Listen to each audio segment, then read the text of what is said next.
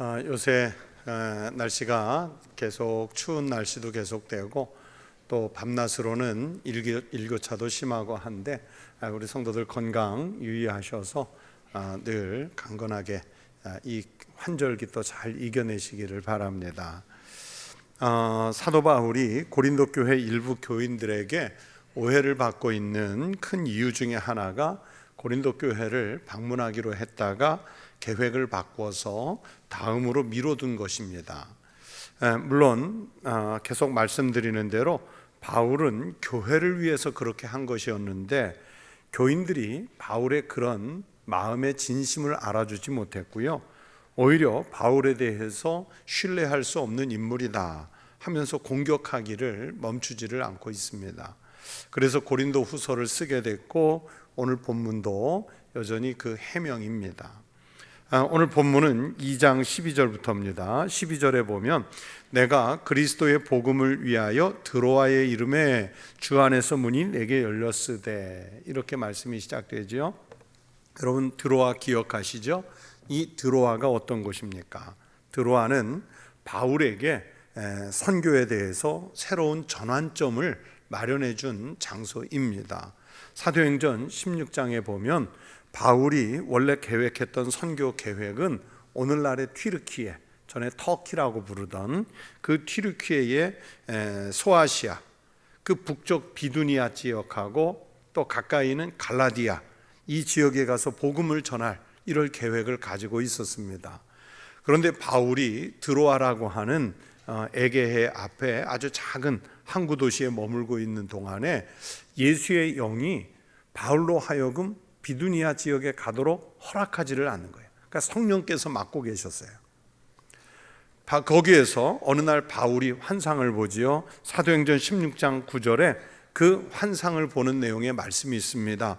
밤에 환상이 바울에게 보이니 마게도냐 사람 하나가 서서 그에게 청하여 이르되 마게도냐로 건너와서 우리를 도우라 하거늘.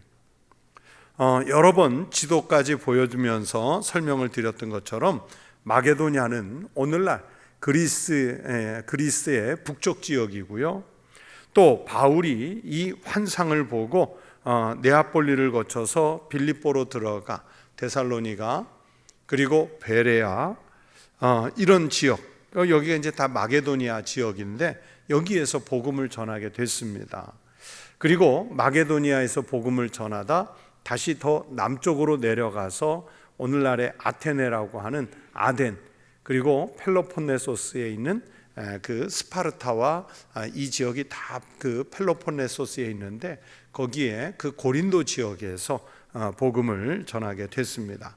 아덴과 또는 이 펠로폰네소스 지역은 우리가 성경에 고린도 전서 16장 할 때 나오는 아가야 지방들입니다. 이 아가야 가서 복음을 전하는 바람에 이제 또 고린도 교회가 세워지게 됐지요.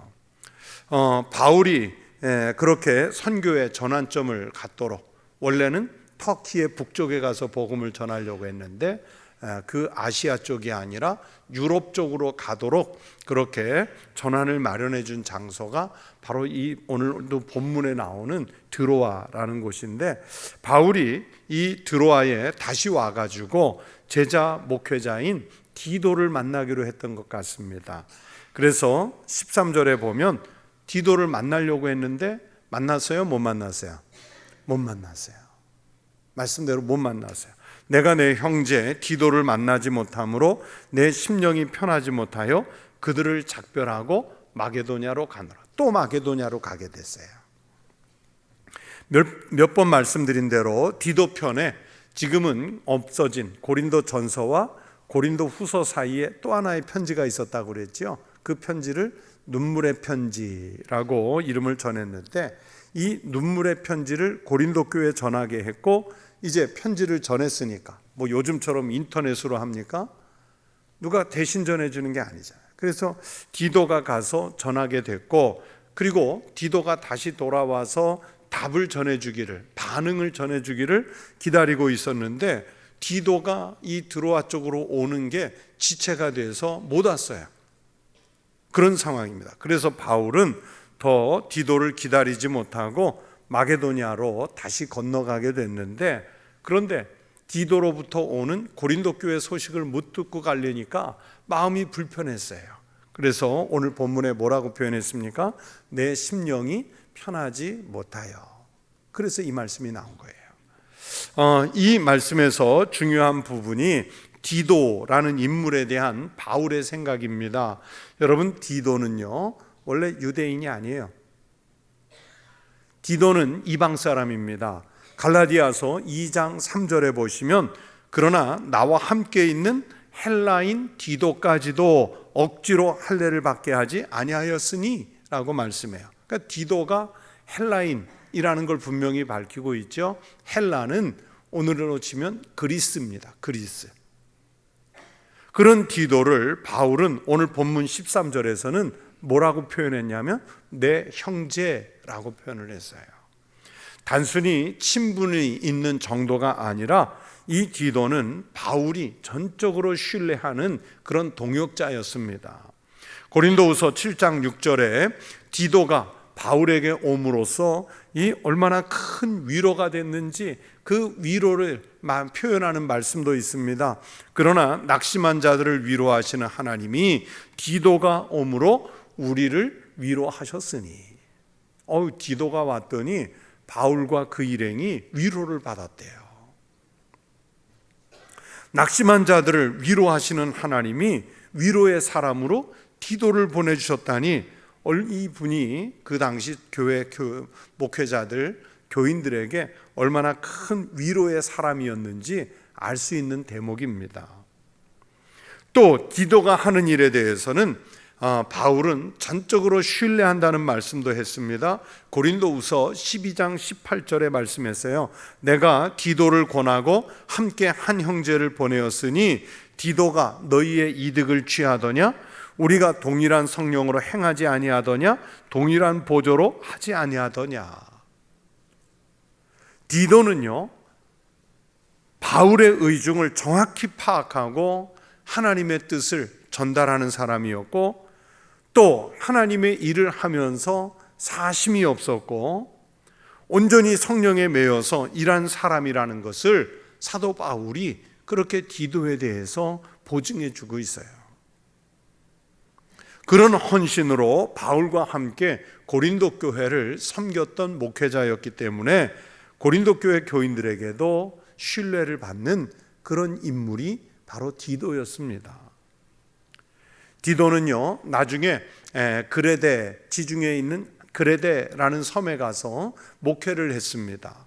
그때 바울이 디도에게 목회 서신을, 그러니까 디도에게 보낸 편지가 바로 목회자로서 어떻게 그 목회를 해야 되는지 가르치기 위해서 보낸 편지가 디도서인데, 그래서 이 디도서를 바울의 편지들을 옥중서신, 목회서신 이렇게 구분할 때 이 디도서가 목회서신에 들어가 있게 됐습니다.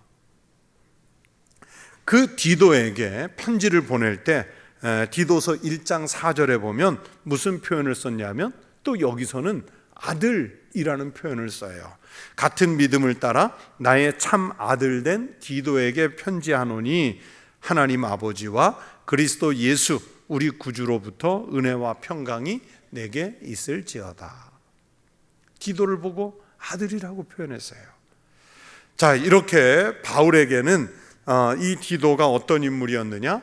믿음의 아들이었고 신뢰하는 후배 목회자였고 고린도 교인들에게는 신뢰가 두터운 그런 목회자였습니다.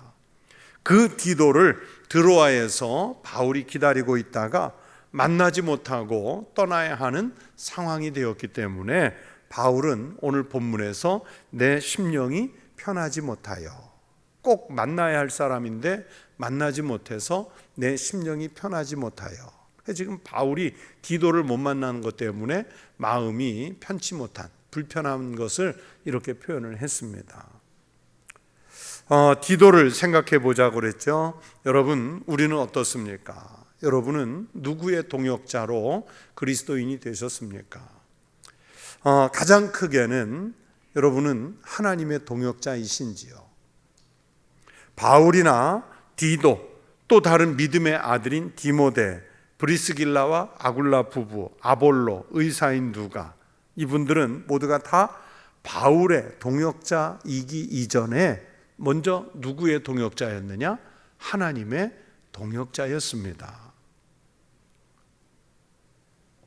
하나님의 일에 동참하는, 그래서 하나님의 뜻을 이 땅에 펼쳐가는 일에 자신들의 전 삶을 드린 그런 하나님의 동역자들이었습니다. 이사야 선지자가 어느 날 성소에 들어갔다가 거룩한 하나님을 뵙게 되지요. 그러면서 그때 하나님의 음성을 들었습니다. 내가 또 주의 목소리를 들으니 주께서 이르시되 내가 누구를 보내며 누가 우리를 위하여 갈꼬. 하나님이 지금 보낼 사람을 찾고 계신다는 말씀이에요. 자, 이 주님의 하나님의 질문에 이사야 선지자가 뭐라고 대답합니까? 그때 내가 이르되 내가 여기 있나이다. 누구 보내시라고요? 하나님 제 보내세요. 아니요, 하나님 저 사람 보내세요. 그렇게 미루지 않았어요. 누구를 보내시라고요? 내가 여기 있나이다. 나를 보내소서. 책임을 미루지 않았어요. 자기를 보내주시라고. 그래서 자기가 하나님의 동역자가 되겠다고 이사야가 선언하지 않습니까? 그렇게 자원한 이사야 선지자는요, 죽을 때까지 하나님의 말씀을 예언하는 그런 선지자가 됐어요. 히브리서 11장을 우리가 믿음장이라고 말하지 않습니까?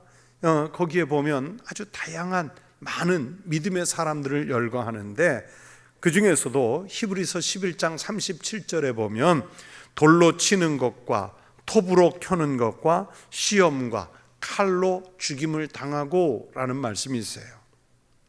그렇게 하나님의 일을 하다가 순교를 당한 일꾼들이 있는데, 어떤 사람은 돌로 맞아 죽고, 어떤 사람은 톱으로 켜서 죽고, 어떤 사람은 칼에 맞아 죽고, 그렇게 말씀해 주는데, 그 중에서 톱으로 켜는 것과 하는 이 말씀은 이스라엘 사람들 사이에서는 이사야 선지자를 가리킨다는 그런 전설이 있어요. 이사야가 하나님의 말씀을 전하려고 하나님의 말씀을 따라서 옷을 다 벗고 3년 동안이나 수치를 당하며 말씀을 전할 때도 있었거든요. 이사야는 귀족 출신이에요. 그런데도 자기가 가장 누추하게 복음을 전하다가 왕실에 그 미운 털이 박혀가지고 죽는데, 큰 통나무에 사람을, 이사야 선지자를 집어넣고 톱으로 켜서 토막토막 내서 죽였다는 그 전설이 이스라엘 사람들에게 있어요. 그래서 히브리서 11장 37절에 톱으로 켜는 것과 하는 게 이사야를 말하는 것이라고 그래요. 그렇게 하나님의 동역자들은 하나님의 뜻을 위해서 살다가 하나님이 부르시면 가는 거예요. 그래서 오늘 기도를 생각하면서 여러분에게도 묻습니다. 여러분은 과연 하나님의 동역자이신지요? 하나님 보고 자꾸 나보고 동역자 되주시라고, 하나님 나 좀 도와주세요, 하나님 내게 복 주세요, 하나님께 자꾸 떼를 쓰기만 하지, 과연 나는 이 땅에 하나님의 뜻이 펼쳐지는 일에 하나님의 동역자로 내가 쓰임을 받고 있는지. 하나님을 내 동역자 만들려고 하지 마시고 내가 하나님께 헌신해서 하나님의 동역자가 되는 그런 믿음의 성도들이 되시기를 축원합니다. 또 두 번째는, 여러분은 목회자의 동역자가 되고 있습니까? 디도뿐만이 아니라 앞에서 말했던 디모데, 아볼로, 브리스길라와 아굴라 부부, 이분들은 목회자인 바울에게도 신뢰를 받는 동역자들이었어요. 물론 바울 자신도 목숨을 건 전도자였지만 이 동역자들도 하나같이 바울 못지않게 헌신적인 그런 동역자들이었어요. 우리 총회의 헌법에 항존 직분자들의 직무에 대해서 규정한 말씀들이, 그 법조항들이 있는데, 장로의 직무에 대해서는 이렇게 정했습니다. 장로는 교회의 택함을 받고 치료회의 회원이 되어 목사와 협력하여 행정과 권증을 관장한다. 누구와 협력하라고요? 목사와.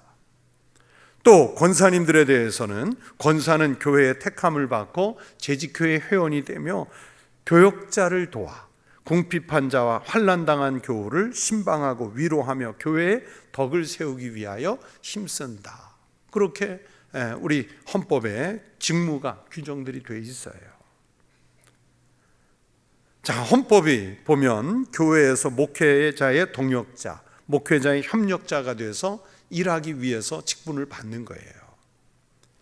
그런데 오늘날 많은 직분자들이 목회자의 동역자가 되기보다는 갈등하는 관계, 아니면 목사님이 알아서 하겠지, 그래서 그냥 방관하는 자세, 아니면 심지어는 현대교회에서는 오히려 목회자를 조정하는 자리에, 아니면 그 목회자의 꼭대기에서 서려는, 통제하려는 그런 모습을 보일 때도 있어요. 여러분, 우리가 오늘 이 성경에서 디도를 본받는다는 것은 동역자가 된다는 뜻입니다. 저 장로님이 안 계시니까 불편하다. 저 집사님, 저 권사님이 안 계시니까 왠지 모르게 불안하다. 바울이 디도를 못 만나니까 마음이 어땠어요? 편하지 못했다고 그랬잖아요. 자, 우리 직분자들이, 목회자들이 그렇게 의지해도 될 만큼의 열심을 내야 돼요. 우리 그 장로님, 그 권사님, 그 집사님 안 보이니까 내 마음이 편찮지가 않아. 바울이 디도를 못 만나서 마음이 편하지 않았던 것처럼 우리 직분자들이 그래야 되는 거예요. 그냥 이름만 갖자고 돌아가셨을 때 묘비에, 또 요즘은 묘비보다 유골함이죠. 유골함에 이름 새기려고 장로, 집사, 권사 직분 가진 거 아니잖아요. 죽는 날까지 그 직분 마르고 닳도록 쓰다가 가야 그래도 묘비에, 유골함에 이름 쓸 때 좀 의미가 있지 않겠어요? 이름만 가진 직분이 무슨 의미가 있겠어요? 오늘 이 성경 속의 디도처럼 우리 교회의 모든 직분자들이 목회자의 협력자 또는 동역자로 충성하는 일꾼들이 되시기를 바랍니다. 또 세 번째로, 여러분은 교회에서 서로에게 동역자이십니까? 책임을 맡았을 때는 열심히 하는데 책임을 맡지 않았다거나, 아니면 임기를 끝냈다거나, 아니면 생색이 나는 자리가 아니면 열심히 참여하지 않고 그냥 맡은 다른 사람이 다 감당하라고 미루고 있는 것은 아닙니까?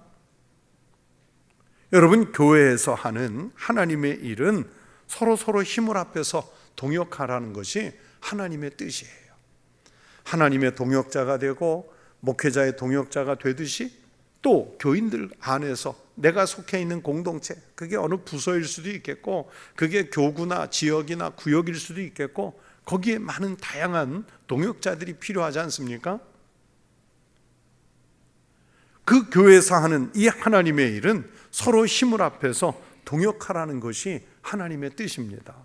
로마서 8장 28절에 우리가 잘 암송하는 유명한 말씀이 있지요. 우리가 알거니와 하나님을 사랑하는 자, 곧 그의 뜻대로 부르심을 입은 자들에게는 모든 것이 합력하여 선을 이루느니라. 자, 이 말씀에서 로마서 8장 28절에서 협력하여 라고 말을 하지 않고 뭐라고 썼어요? 합력하여, 이 말을 썼어요. 합은 한자로 합할, 합자를 썼고, 역은 힘력자를 썼어요. 그러니까 힘을 어떻게 하라는 거예요? 힘을 합하라 라는 뜻이에요. 어떤 의도일까요?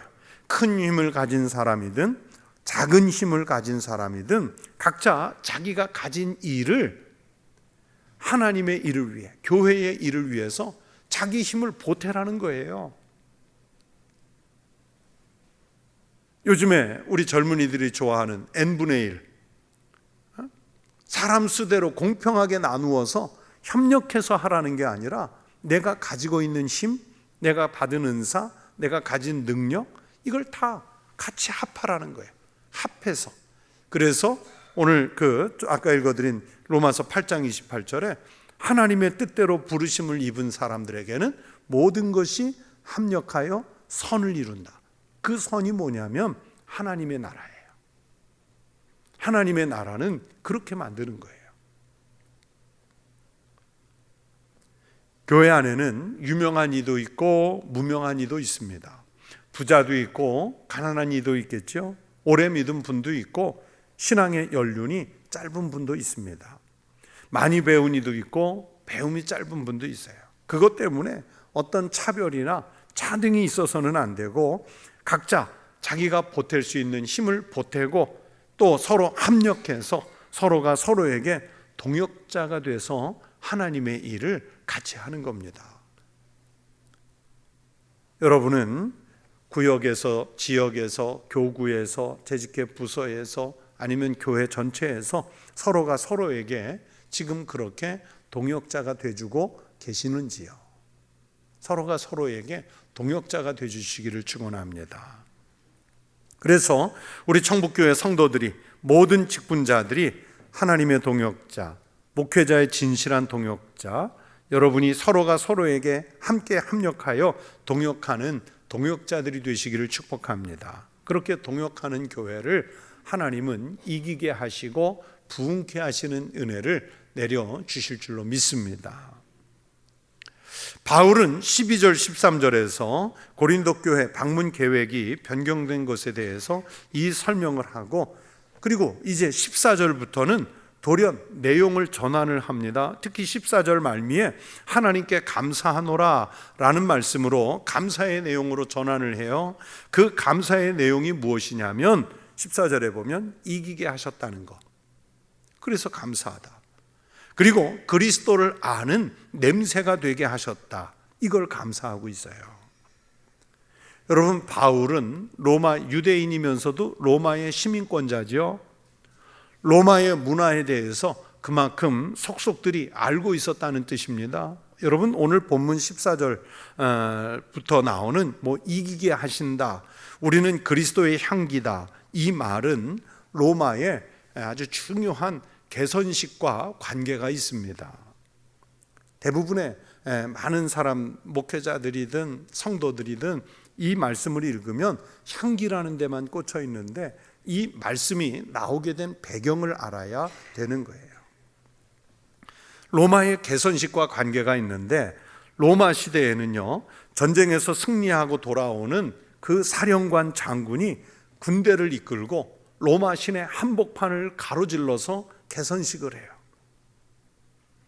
그래서 로마를 가로질러 가서 어디까지 가냐면 이제 제우스, 로마식으로 말하면 주피터, 그 신전 앞까지 가는 겁니다. 거기에서 희생 제물을 바쳐서 제사를 지내고 향을 피웠는데, 그 향을 얼마나 많이 피웠는지요. 향내가, 주피터 신전 인근에서 태우는 향내가 온 로마 시내를 덮는 거예요. 그래서 로마 시민들은 개선식에 가지 않아도 향내가 진동을 하면 그 냄새 때문에 오늘이 무슨 날인지, 어떤 장군이 전쟁에서 승리하고 돌아와 개선식을 하는지 향내만으로도 알 수가 있는 거예요. 그런데 이 향내는 로마의 시민들에게는 이 로마가 이겼다고 하는 아주 달콤한 소식이죠. 그러면서 로마가 막강해서 우리 로마는 그만큼 안전하다고 하는 그런 소식이에요. 좋은 소식이에요. 하지만 전쟁에 패배해서 그 개선식 뒤에 끌려오는 포로된 사람들에게, 적국의 사람들에게는 이 냄새가 무슨 냄새일까요? 죽음의 냄새예요. 패배를 상징하는 냄새예요. 그리고 실제로 그 많은 포로들 중에서 항상 우두머리는 제우스 신전에 도착하면 목을 쳐서 죽였어요. 상징적으로. 자, 이런 로마의 문화를 알면 15절 말씀이 이해가 되지요. 우리는 구원받은 자들에게나 망하는 자들에게나 하나님 앞에서 그리스도의 향기니, 구원받는 사람은 당연히 그리스도인을 말하고요, 망하는 자는 예수님을 믿지 않는 사람들을 말합니다. 16절도 비슷한 말씀입니다. 이 사람에게는 사망으로부터 사망에 이르는 냄새예요. 자, 전쟁에서 패해서 포로로 잡혀온 사람들은 무슨 냄새라고요? 죽는 냄새예요. 저 사람에게는 생명으로부터 생명에 이르는 냄새라 누가 이 일을 감당하리요. 이 로마의 개선식 향례처럼 예수를 믿지 않아서 사망에 이르게 된 사람들에게는 예수님이 오신다는 소식이, 예수 그리스도의 복음의 소식이 무슨 냄새냐? 그건 죽는 소식이에요. 사망에서부터 사망에 이르는 냄새예요. 주님이 오셔서 심판하실 때 예수 안 믿는 사람들은 심판받잖아요. 영원히 죽잖아요. 그래서 사망으로부터 사망에 이르는 냄새예요. 그러나 예수를 믿고 구원을 받은 사람들에게는 예수 그리스도가 오신다는 게 무슨 냄새일까요? 바울은 그것을 생명으로부터 어디에 이르는 냄새? 생명에 이르는 냄새, 이렇게 말씀해요. 여러분, 이렇게 우리가 믿는 복음에는 양면성이 있습니다. 생명을 구원하는 냄새인 반면 믿음이 없는 사람들에게는 복음은 죽는 소식이에요. 믿음이 있어야만 구원을 받고 하나님이 주시는 승리의 기쁨과 구원의 감동을 누릴 수 있습니다. 그 심령만이 평안한 삶을 보장받습니다. 그러므로 고린도 교회 성도들에게 자꾸만 믿음이 없어가지고 사망으로부터 사망에 이르는 썩은 냄새나 피우는 그런 삶을 살지 말고, 당신들은 예수 그리스도를 믿게 됐으니까 생명으로부터 생명에 이르는 그리스도의 향기를 발산하는 그런 좀 삶을 살으라고 바울이 안타까워서 권면하는 거예요. 자, 여러분의 삶은 어떻습니까?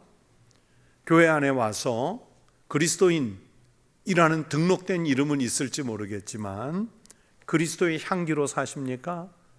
아니면 여전히 세상의 것에 도취해서 죽음의 냄새 속에 살고 있습니까? 여러분은 생명의 냄새와 사망의 냄새 가운데 어느 삶에 속한 삶을 살고 계십니까? 오래전에, 아주 오래전인데요, 서울에서 이렇게 지하철 타고 다닐 때, 또 버스 타고 다닐 때 이런 광고 카피를 아주 인상 깊게 봤던 것이 있어요. 생선을 쌌던 종이에서는 비린내가 나고 향을 쌌던 종이에서는 향내가 납니다. 제 기억으로는 아마 책을 광고하는 카피였던 것 같은데, 너무 오래전 일이라 정확히는 뭘 광고하는 건지는 잘 모르겠어요. 그러나 이 말만큼은 아주 정확하게 맞습니다. 여러분, 종이가 아무리 좋고요, 포장지가 아무리 예뻐도요, 여러분, 그 포장지 안에 생선 쌌으면 무슨 냄새 날까요? 생선 비린내 나는 거예요. 그러나 그 허술한 신문지 종이에 그냥 향 몇 개 넣어가지고 둘둘둘 말았다가 향 꺼내고 피면 그 신문지에서 무슨 냄새 날까요? 향내 나는 거예요.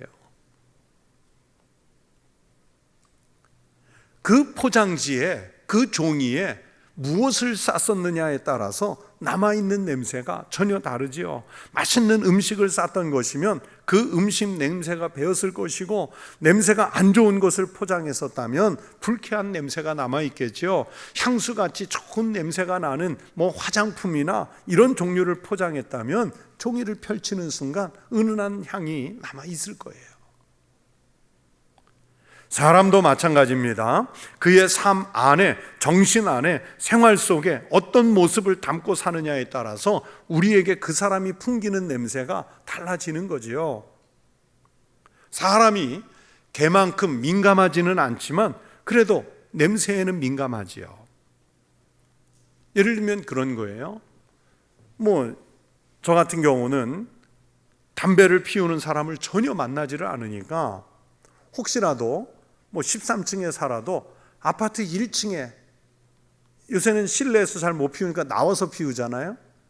그 1층에 나와서 피워가지고 바람 따라 냄새 올라오면 아이고, 또 누가 담배 피우나 보다 금방 알아.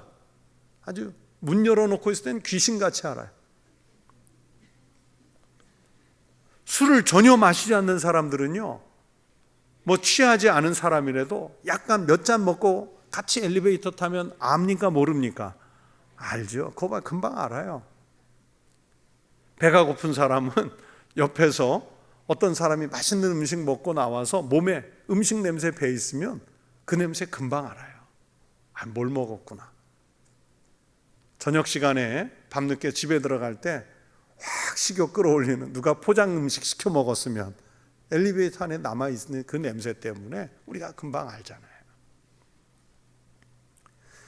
그것이 비단 외형만은 아니죠. 우리가 살아가는 정신, 신앙, 내면의 세계도 마찬가지입니다. 정신이 맑고 깨끗한 사람 옆에서는 그 순수하고 순결한 내음을 맡을 수가 있어요. 신앙이 깊은 사람 곁에서는 마음이 평안해지게 하는 아름다운 냄새가 나요. 그 사람이 살아가는 삶의 양식이 다른 사람들에게 향내를 보여주는 거예요. 복음의 향내를 보여주는 거예요. 신앙생활에 있어서 안다는 것과 행한다는 것은 뗄래야 뗄 수 없는 요소이죠. 우리는 우리가 아는 바 복음의 진리를 각처에 전함으로써 행하는 사람이 되어야 됩니다. 이 오늘 본문에서 바울은 자신을 포함한 우리 모든 그리스도인들은 복음을 전하는 자로서 그리스도를 아는 냄새, 즉 그리스도의 향기가 되는 사람들이라고 말씀하는 거예요. 제사의 향기나 화장품의 향기나 아무튼 좋은 향기는 모든 사람의 마음을 기쁘게 해줍니다.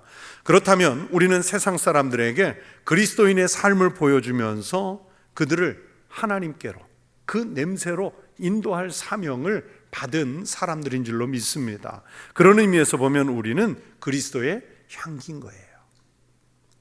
그리스도의 향기인 우리는 세상의 악취들, 신앙이 없어서 죽어가는 곳에서 나는 사망의 냄새들을 하나씩 제거해 가면서 세상을 하나님의 나라로 변혁시키는 삶을 하나님으로부터 맡은 사람들인 줄로 믿습니다. 그리스도의 그 아름다운 향기로 어디서나 우리는 세상의 냄새를, 불신자들의 냄새를 이기면서 사는 그런 사명을 받은 사람들입니다. 그렇다면 그렇게 이기는 방법은 무엇인가요? 17절이 바울이 말씀하는 바로 그 답입니다. 어떻게 하면 이길까? 우리는 수많은 사람들처럼 하나님의 말씀을 혼잡하게 하지 아니하고 곧 순전함으로 하나님께 받은 것 같이 하나님 앞에서와 그리스도 안에서 말하노라. 이 세상 어디에서나 세상의 악취를 이기며 살아가는 방법은 오직 하나님의 말씀에 굳게 서서, 즉 복음에 굳게 서서 순전한 신앙으로 살아가야 그리스도의 향기, 그리스도의 냄새가 나는 거예요.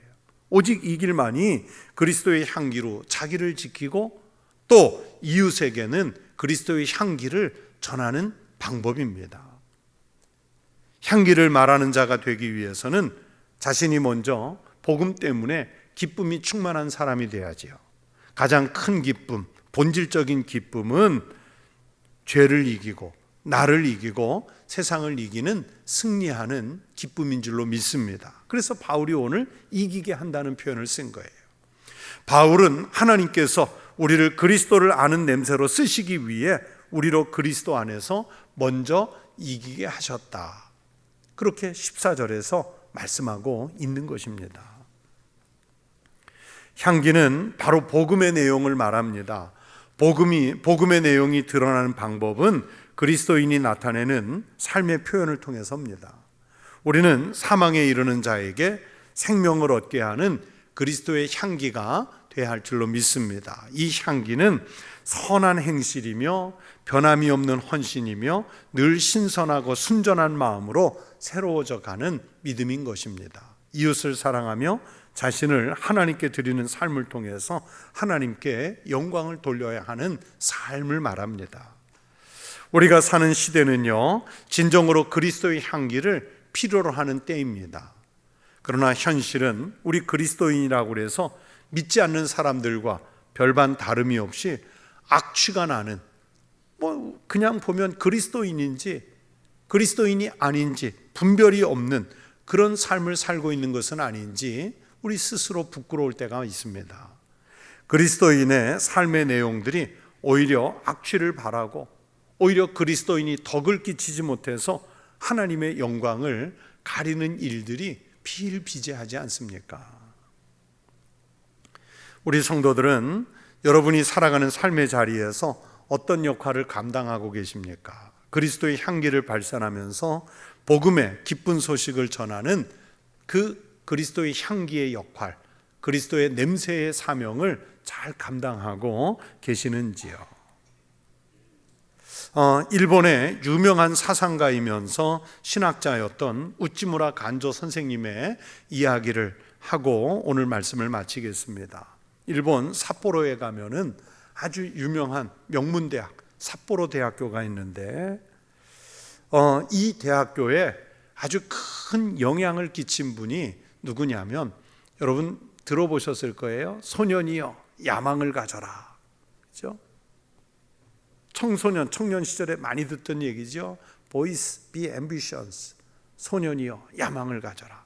그 말을 남긴 분이 윌리엄 클라크 선교사님인데 이 윌리엄 클라크 선교사가 삿포로 대학교에 엄청난 영향을 미쳤어요. 그래서 그 삿포로 대학에 가면 캠퍼스가 정말 아름다운데 그 대학교 초입세에 삿포로 대학을 상징하는 이 그 윌리엄 클라크 선교사님 동상이 있어요. 이 우찌무라 간조 선생님이 이 대학교에 다니면서 기독교 신앙을 받아들였고 이 클라크 선교사에게 성경을 배웠고 그러면서 세례를 받았습니다. 이 클라크 선교사는 학생들에게 기독교 신앙을 세뇌시킨다는 죄목으로 1년 만에 추방을 당했어요. 하지만 불과 1년도 안 되는 시간밖에 안 있었지만 일본의 낙농업에 그리고 일본 교회에 끼친 영향은 어마어마합니다. 이 클라크 선교사가 이 삿포로에서 추방을 당하기 전에 한 그 마지막 강의에서 한 유명한 말이 바로 소년들이여 야망을 가져라 그 말이었어요. 이 클라크 선교사에게 세례를 받은 우찌무라 간조는 원래 사무라이 집안 출신입니다. 그 당시에 1800년대 말 1900년대 초 우리나라 역사도 격동기잖아요. 그 당시에 일본이 중국을 침략을 했고 또 조선을 침탈해서 합병을 하던 그런 폭정의 시대였는데 이 우찌무라 간조 선생은 기독교 신앙에 입각해서 일본이 벌이는 전쟁에 반대를 하고 그리고 자기가 그 당시에 교사로 있던 그 동경제일고등학교라고 그 학교에서 복음을 전하고 그러면서 일본 국민들이 천황에게 절할 때 이 우찌무라 간조는 절하지 않았어요. 마치 다니엘 같았죠. 천황은 인간이지 신이 아니다. 그러니 인간에게 뭐하러 절하냐 해서 절하지 않았어요.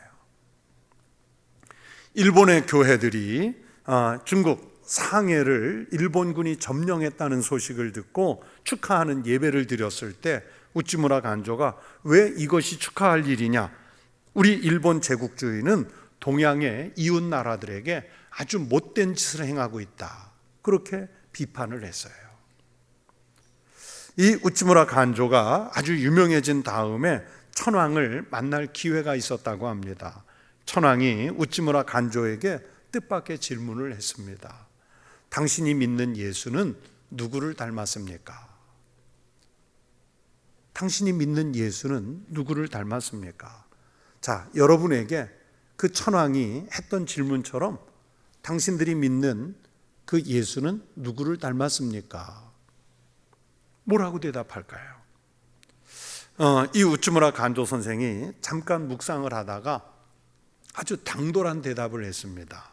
폐하, 예수는 꼭 저를 닮았습니다. 예수는 저를 닮았습니다. 이 말을 듣고 천황이 무릎을 치면서 이런 반응을 보였다고 그래요. 그렇다면 예수는 아주 훌륭하신 분입니다. 우찌무라 간조가 어떤 사람이었다는 뜻이에요? 훌륭하다. 예수의 가르침대로 살려고 애썼던 사람이 우찌무라 간조였어요. 여러분, 우찌무라 간조가 자기가 정말 예수만큼 높아서 교만해서 그런 대답을 했을까요? 아닙니다. 자기가 그분을 닮은 삶을 살고 있기 때문에 존경을 받는 것이라는 그 표현을 한 거예요. 여러분, 우리는 예수님을 닮았고 예수님이 나를 닮았다고 해도 괜찮은 삶을 살고 있습니까? 아니, 그렇게 살려고 애를 써보십니까? 우치무라 간조가 이렇게 산 그 삶이 우리나라에 아주 유명한 제자들이 있어요. 아시는지 모르겠는데 함석헌 선생, 김교신 선생, 이런 분들이 다 우치무라 간조의 영향을 받고 우리나라 사상에 기독교적 영향을 엄청나게 끼친 분들이에요. 그래서 이 우치무라 간조는 일제시대의 일본 사람이지만 우리 한국의 그리스도인들에게도 여전히 존경의 대상이에요. 우리는 내가 사는 삶의 자리에서 예수의 복음에 합당한 삶을 살아야 합니다. 그래서 내 삶의 모습이 사망에 빠진 사람들에게는 사망의 향기가 되어야 하고, 생명을 사모하는 사람들에게는 생명에 이르는 냄새, 향기가 되어야 합니다. 하나님 앞에서, 그리고 그리스도 안에서 담대하게 이런 고백적인 삶을 살아내는 믿음의 성도들이 되시기를 축원합니다. 예수를 믿는 이가 진정 있느냐? 이런 질문을 받았을 때 우리 청북교회 아무개 성도들을 보면 안다, 이렇게 대답할 수 있는 그런 삶을 살아내는 우리 모든 성도들이 되시기를 우리 주님의 이름으로 축복합니다. 축원합니다. 기도하겠습니다. 하나님 아버지, 우리로 그리스도 예수를 믿는 복음 안에서 이기게 하시고, 그리고 이길 뿐만이 아니라 사망에 이르는 사람들에게는 사망의 냄새, 또 그리스도 예수 안에서 구원을 얻는 이들에게는 생명을 살리는 그리스도 예수의 향기가 되는 저희들의 삶이 되게 하여 주시옵소서. 하나님 없이 살아 악취가 진동하는 이 영적 암울한 시대에 청북교회 성도들이 있음으로 인해 하나님 나라가 이 땅에, 이 지역에, 이 시대에 이루어지는 역사가 일어나게 하여 주시옵소서. 우리가 또 하나님으로부터 받은 교회를 통한 직분이 있다면 먼저는 하나님의 동역자가 되게 하시고, 목회자의 동역자, 협력자가 되게 하시고, 성도와 성도들 사이에서 내가 맡은 본분에 따라 동역자가 되는 큰 믿음을 허락하여 주시옵소서. 그래서 마지막 때 하나님 앞에 섰을 때 잘하였도다 착하고 충성된 종아, 그렇게 칭찬을 받는 하나님의 백성들이 되게 하여 주시옵소서. 하나님, 이 시간에 우리의 마음과 정성을 담아 귀한 예물을 드린 손길들이 있습니다. 그 예물을 드린 손길 위에 축복하시고 가정과 일터가 더 큰 복을 받게 하여 주시옵소서. 감사하오며 예수 그리스도의 이름으로 기도드리옵나이다. 아멘.